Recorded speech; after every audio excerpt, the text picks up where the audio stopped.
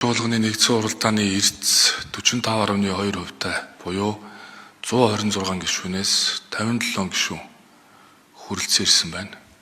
Цаг 12 цаг 50 минут болж байна. 10 цагаас хойш их хурлын гишүүдийг чуулганы нэгдсэн уралдаанд оролцохыг хүлээлээ. Дэлхийн цаг төрийн байдал хурцтаж, дайм өргөлдөөнд дэгдэж, олон улс орон энерги их үүсвэр түл шатхууны хомсдолд орж хэмнэлтийн горимд шилжээд байна. Монгол улсад хаврын тариалтын өмнө бүх юмны үн болдог түл шатхууны үн өслөө. Эдийн засгийн байдал нэгцэгтэй байна. Дэлхийн улс орнууд яг ийм цаг үед үндэснийхээс өрөнд эсвэрлэх чадвараа бэхжүүлэх бодлогоо боловсруулж, хямралын үеийн менежментийн төлөвлөгөө боловсруулж ажиллаж байна. Гадаадын банк оруулж ирж зээлийн хүү буулгах, иргэддээ итгэж 8 нэрийн дэлгүүр дугуй засвараас эхлээд бизнес эрхлэгчдийг хүнд суртлаас шатанд нь чөлөөлөх, зөвшөөрлийн дарамтыг буулгах, татварын ачаа дарамтыг 2.70 их 80-аар хөнгөлөх, авилгачдын хөрөнгийн хураах гэх мэт хууль шийдлүүд хүлээгдэж байна. Харамсалтай нь улсын их хурлын хаврын ээлж чуулгыг хийснээс хойш 10 өдөрт улсын хурл нэгж шийдвэр гаргаж, нэгж хууль хэлэлцсэнгүй. Хурал хаях, ажил хаях, бойкот хийх, улс төр хийх сөрөг хүчний эрхийг би хүндэтгэж байна. Улс төр биш ажил хий, асуудал шийд гэж амьдрал ард түмэн биднээс шаардж байна.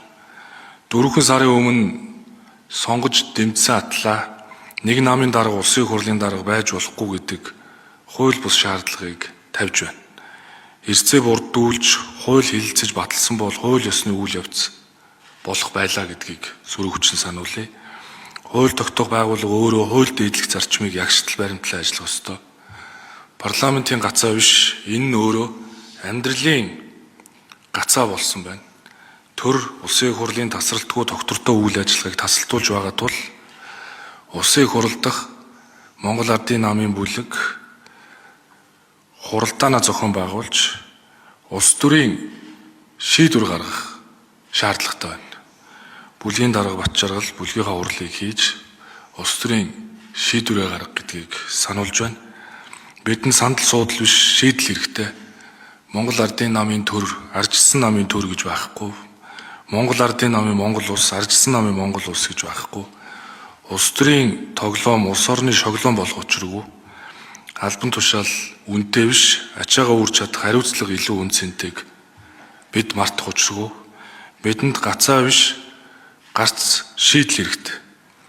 Санжээ Сүрэнгийн зөргийг хэлсэнчлэн энэ тэргуунд улс орон ард түмэн, удаад нь улс төрийн нам, адаг сүлд нь хувийн сонирхлоо тавих эрх ашигын эрэм дарааг улсын их хурлын гишүүд төр түмний төлөөлөл болж ажиллаж байгаа та бүхэн хизээд мартах учиргүй гэдгийг хэлээ. Төр төвшин төмөн олон амгалан